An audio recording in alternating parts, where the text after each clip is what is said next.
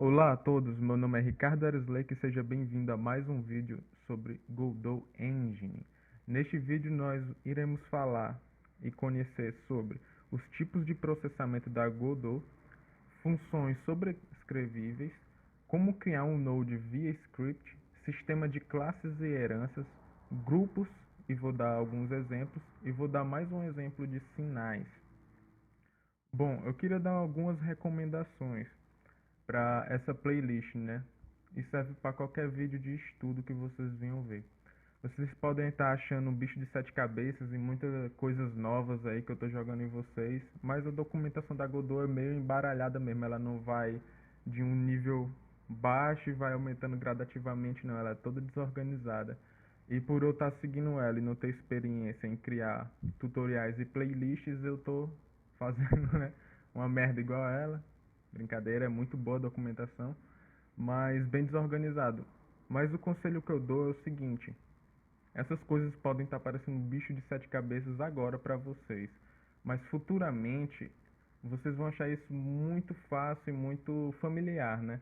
Então o que eu recomendo é o seguinte: vocês assistem o vídeo todo, tentam é, sugar, aprender o máximo que vocês conseguirem, né? E depois vocês reassistem o vídeo escrevendo os principais pontos. O importante de você assistir o vídeo completo primeiro é porque quando você for escrever os principais pontos, você vai ter uma noção da vista, por exemplo, fora da caixa, né? Vocês vão ter uma visão completa e ampla do vídeo, vai saber já do que se trata, já focou em prestar atenção e absorver o conteúdo, não vai estar pausando o vídeo para estar escrevendo e quebrando o raciocínio. Então, dá um pouco mais de trabalho, mas com certeza vai valer a pena, porque no futuro, com os exemplos que eu ir dando na prática, criando o jogo, ou dando mais exemplos, vocês vão voltar nas suas anotações e vão entender tudo perfeitamente e até conseguir absorver mais conhecimento do que você já tinha, né? Com outros olhos. Então é isso. Então, bons estudos e vamos lá para o assunto. Na Godot tem dois tipos de processamento, né? O ocioso e o físico. Eu crio aqui um node, né? E nele posso chamar a função read para carregar as coisas, quando assim que essa cena entra na árvore. Vou dar um exemplo aqui da árvore aqui na prática. Eu vou rodar só essa cena, vou colocar aqui um pouco para o lado. Aqui do lado tem o local, que aqui é a minha cena, e aqui tem o remote que aparece. Aqui é justamente o que está rodando cá, entende? Root, que é aqui a raiz, né? Vai instanciar a cena vídeo, que é o que eu estou querendo.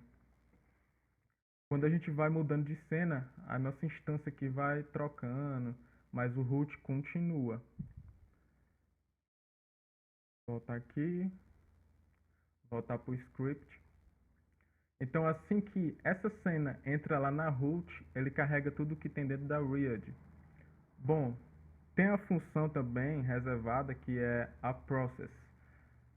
A process ela vai processar como se fosse o FPS, né, o frame por segundo. Só que o process ele depende muito da otimização do seu código, né, de quão bom estruturado ele está e leve e rápido, porque ele é muito variável. Dá para usar o process de boa, né?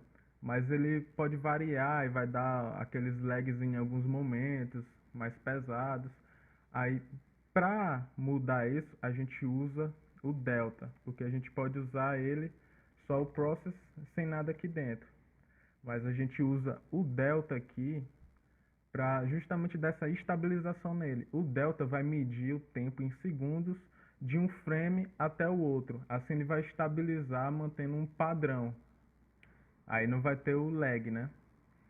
Por exemplo, aqui eu coloquei a função process. Como eu coloquei o delta dentro dela, ela vai estar executando de maneira padrão, né? De um frame a outro vai ter sempre o mesmo tempo, que vai ser o delta. Coloquei dentro dela uma variável que eu declarei aqui em cima, a variável n, recebe 0.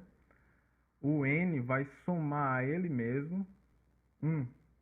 Esse n mais igual a 1 é a mesma coisa de eu pegar o n, que vai receber n mais 1. Eu estou fazendo uma adição a ele mesmo ali. Depois eu vou printar N aqui. Vocês já estão vendo aqui que eu tinha executado, né? Vamos lá, ó. Ele vai estar processando a todo frame do jogo. Então, quando eu quero que uma coisa seja processada a todo frame, eu sempre vou colocar dentro da process. Aqui eu dei um exemplo aqui, eu coloquei um botão para me pausar, porque a gente pode desativar e ativar a process a qualquer momento, dando alguns sinais para ela. Vou apertar, ó, parou lá de criar o número. Se eu continuar, vai continuar de onde estava.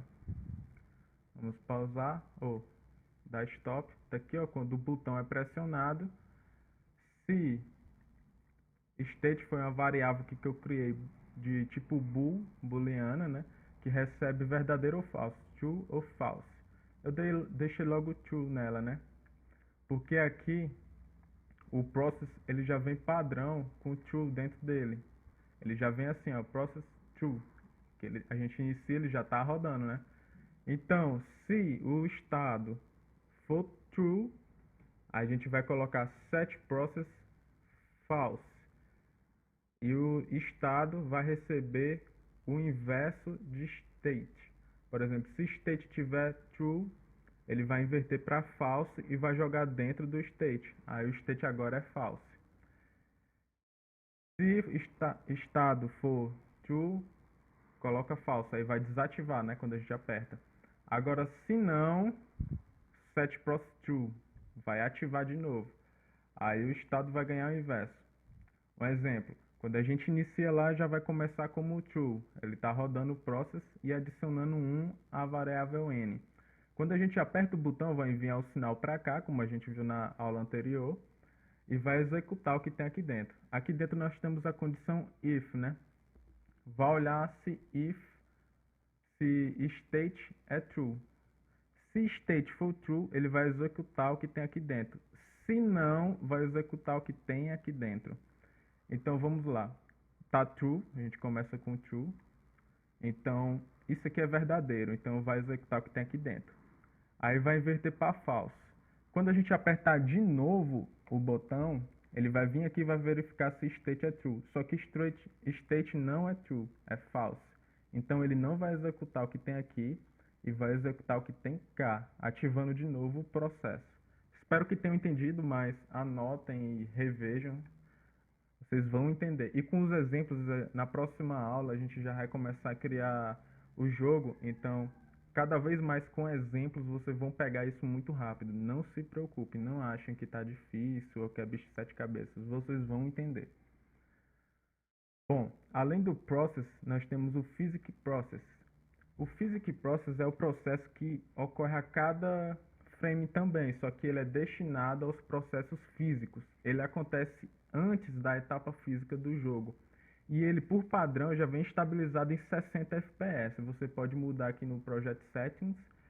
Enquanto o process é instável, o physics process é estável, né? Ele não vai estar alterando. Então ele é muito bom. O process ele acontece depois do physics process e depois da etapa física.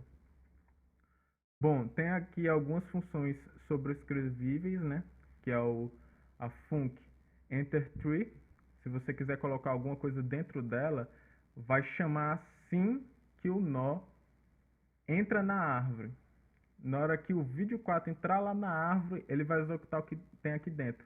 Antes mesmo do button, que é filho do vídeo 4, ser ativado, ser instanciado, né?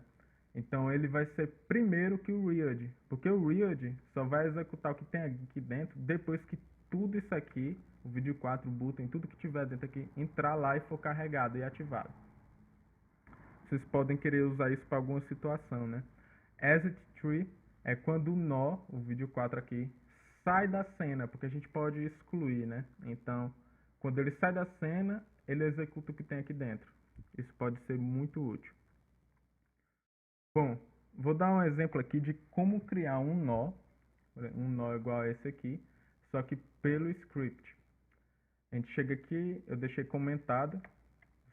Quando você estiver programando, você pode botar o cerquilho aqui e comentar. Ele não vai funcionar no código. Vamos lá, vamos só dar mais uma olhada aqui, ó. Parou, continuou. No Remote vocês veem que tem o vídeo 4 e o botão, né? Pronto. Eu quero criar um novo nó aqui, filho do vídeo 4, como este, de um sprite, né? De uma imagem.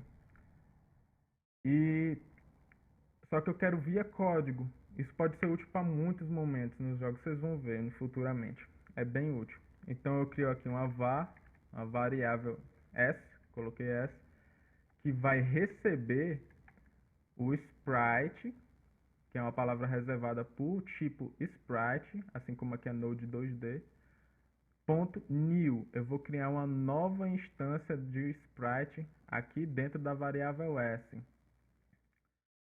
Vamos lá. Eu criei a novo filho, né? Não criou como filho do vídeo 4, mas eu criei a sprite lá, né? Então, para adicionar lá na cena, a gente vai colocar add child, né? Add child. Aí coloco o que eu quero adicionar como filho aqui dentro, no caso, o s, né? A variável s, que é um sprite. Vamos dar uma olhada se aparece lá agora no remote. Pronto, apareceu lá sprite, ó, tipo sprite. Só não colocou o nome s, né? Porque o nome s é da variável, né? Pronto. Aí, se eu quiser deletar essa sprite, eu dou o s.free. Deixa eu ver, eu só vou colocar o s.free quando eu apertar o botão, para ficar mais visível, né? Coloquei aqui o nome da variável e botei um ponto free, que vai liberar da s não está declarado, porque...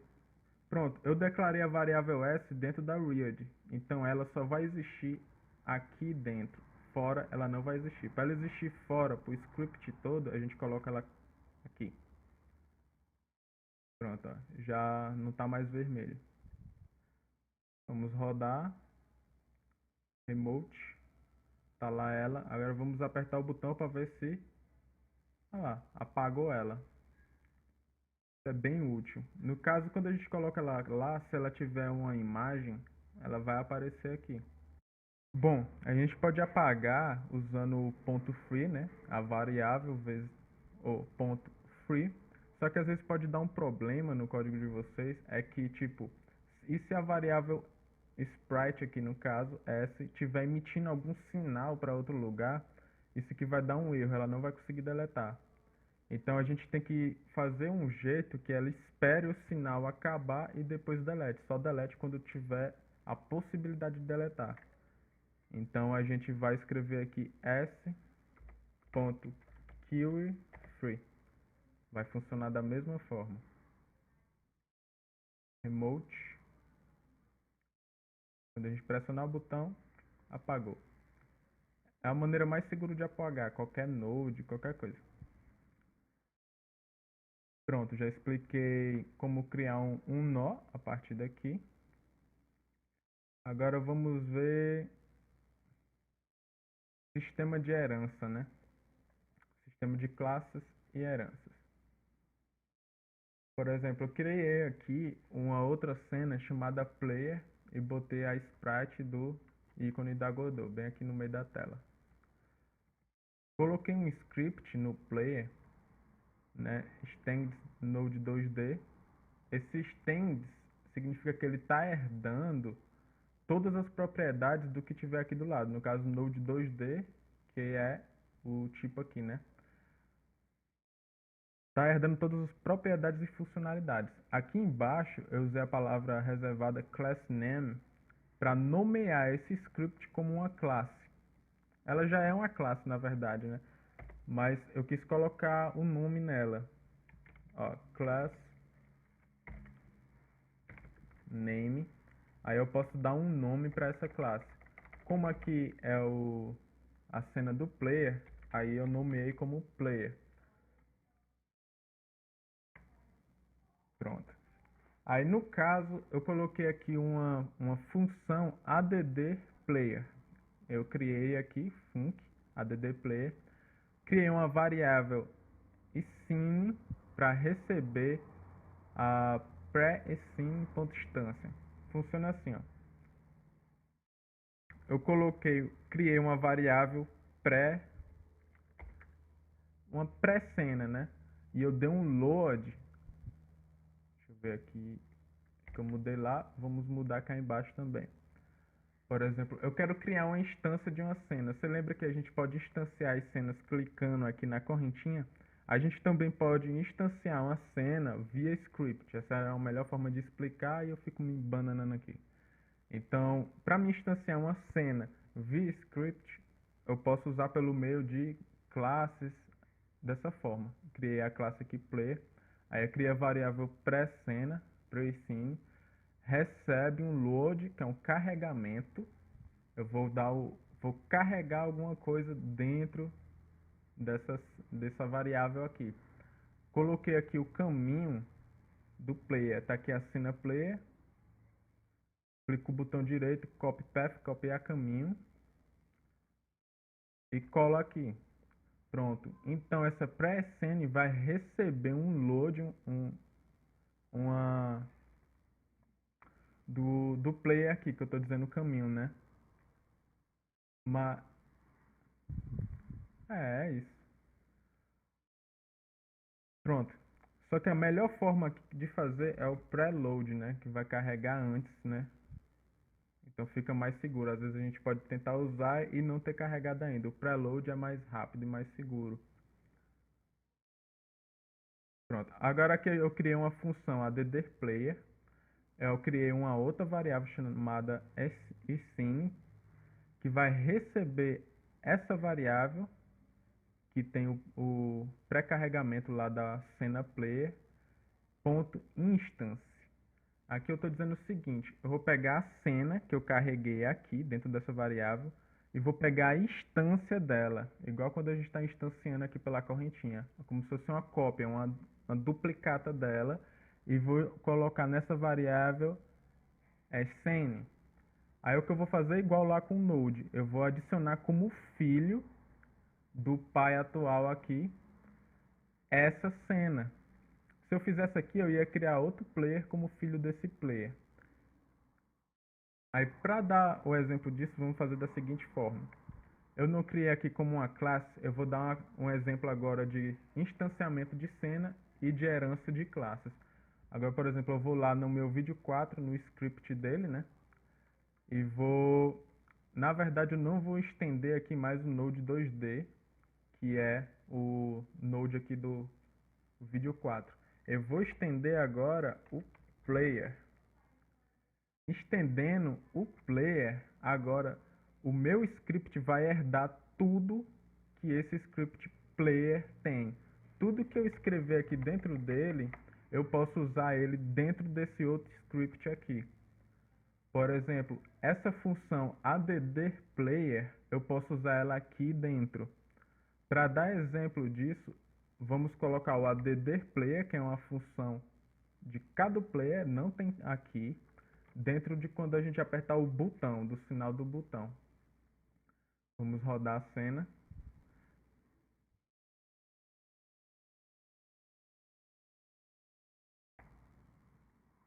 Por algum motivo deu erro aqui. Não deixou usar o preload por algum motivo. Tudo bem, depois eu vejo isso. Quando a gente apertar o botão é para aparecer aqui o ícone da Godot. E aqui do lado é para aparecer o player como filho também, né? Deixa eu ver aqui. Pronto. Tá aí. Apareceu o player como filho e apagou o outro sprite lá, porque acontece quando a gente aperta, né? E apareceu aqui o player. Oi, voltando aqui. Agora, cheguei aqui no player, lá no que a gente herda. Eu comentei aqui o load, né? Porque creio que não tá dando para dar preload, porque a gente tá dando preload no próprio player, que a gente já tá no player, né? Então não faz tanto sentido. Então vamos voltar lá. Comentei tudo aqui, ó, de criar a cena, adicionar como filho. Mas eu deixei a função addPlayer para vocês verem que ainda dá para usar o addPlayer lá dentro do outro. Vamos voltar lá para o vídeo 4. Criei a variável pré-scene de preload lá na cena player. Agora vamos chegar aqui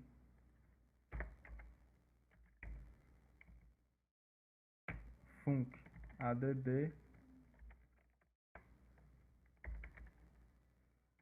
player. No add player, que vamos fazer? Vamos criar a variável sn, que vai receber o pré-sn.instance, vai receber uma instância, né, lá da coisa, e vamos adicionar como filho o sn. Vou colocar aqui.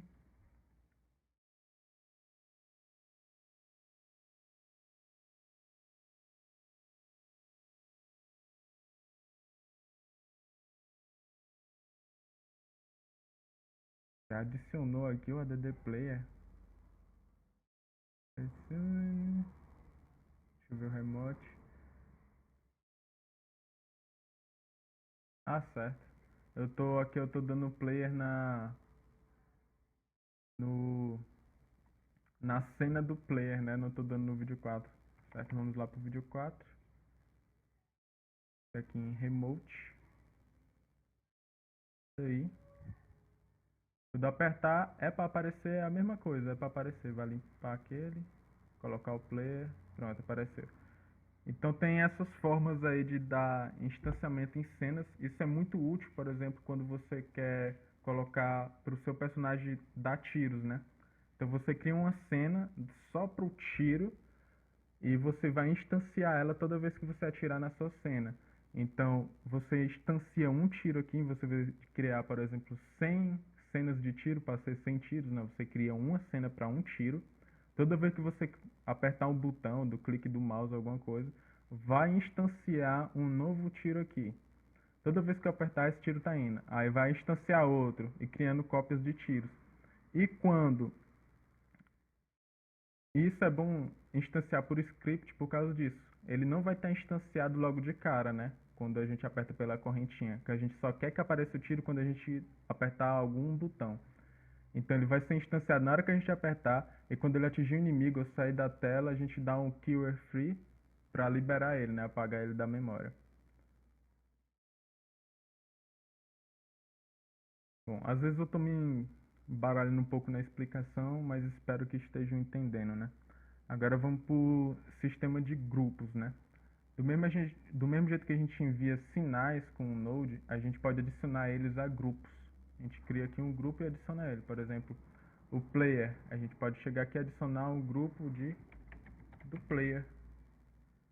Pronto. Esse Node ele vai estar participando do grupo player. A gente pode adicionar ele via script também.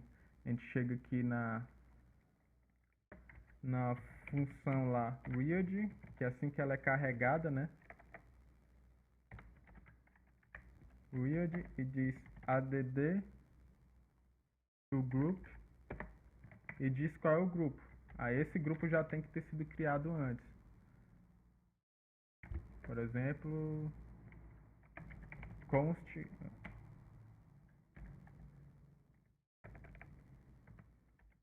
player sabe player. Pronto. Agora esse node pertence ao grupo player.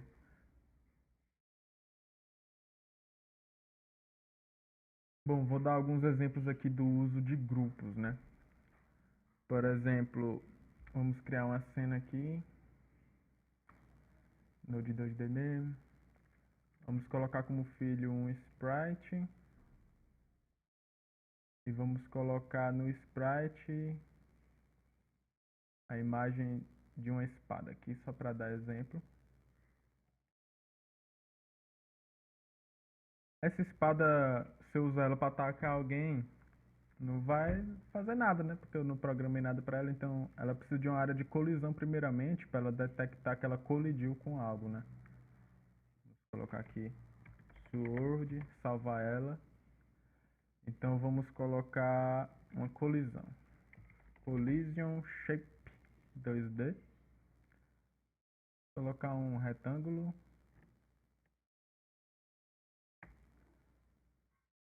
Vamos voltar para a posição 00 aqui, tudo.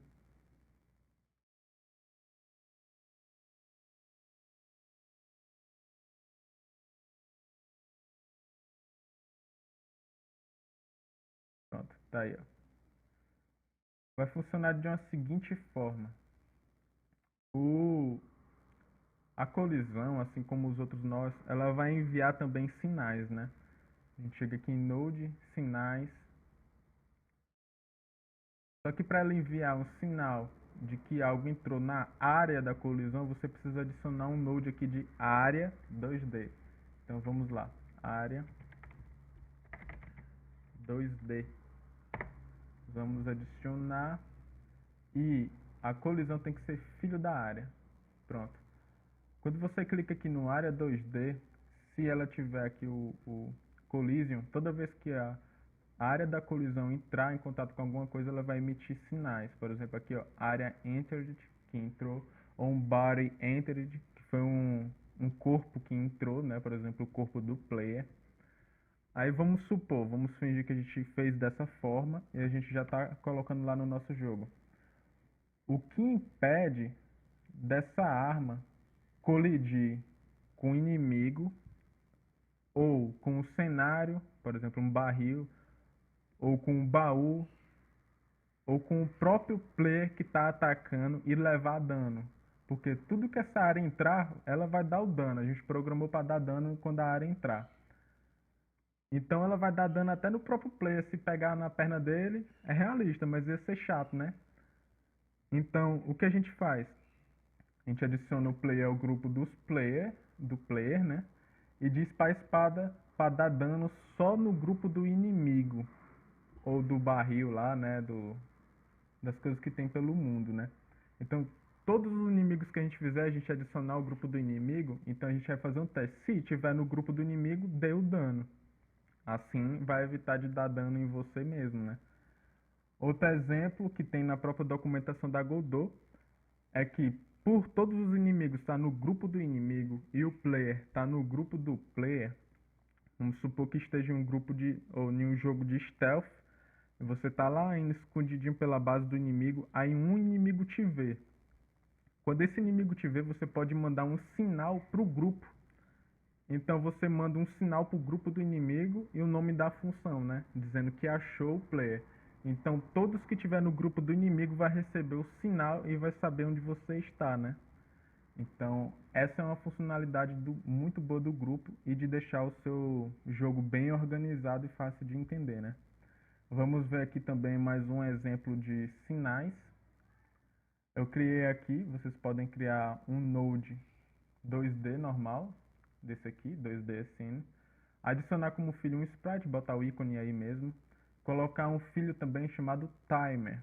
Você chega aqui, ó, timer. Tá aí ele. Clique em timer, vem inspector. Tem o auto start, ele vem sem estar marcado, falso. Você coloca ele para estar habilitado. Esse auto start diz que você vai iniciar o seu timer automaticamente. Assim que começar a rodar o jogo aí, ele vai iniciar automaticamente. Aqui é o tempo, né? Tá aí 1 segundo. Vamos colocar 0,5 segundos, né? Meio segundo. E o timer não podia ser diferente de todo outro nó. Ele tem aqui o seu sinal timeout. Quando o tempo acaba, ele envia um sinal lá, né? Criei aqui um script. Está aqui a função timeout, que vai acionar e executar tudo que tiver aqui dentro quando o tempo acabar. Toda vez que o tempo acabar, vai fazer o que tem aqui dentro. E o que tem aqui dentro?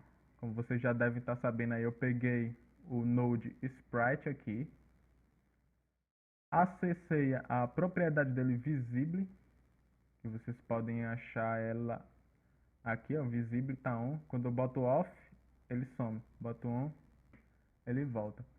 E eu vou colocar negar o sinal que tiver lá. Peguei de novo aqui o sprite e a propriedade visibilidade e vou trocar o sinal dela, esse aqui, e vou receber para cá. Como eu disse no exemplo antes, vocês já estão sabendo disso, né? Então toda vez que passar meio segundo, ela vai trocar o sinal da visibilidade para on ou para off. No caso, ela vai fazer ficar piscando, né? Vocês já devem estar imaginando, ó. A cada meio segundo, ela vai ligar e desligar, ligar e desligar. Esse é um exemplo de sinal e de timers. Os timers são muito importantes aí na criação do nosso jogo. E também vocês podem estar criando seus próprios sinais. Por exemplo, você cria aqui o signal, mais signal. Aí você quer emitir esse sinal quando algo acontecer. Eu tenho aqui uma função hitbox, que aí toda vez que eu levo o dano aciona ela, né?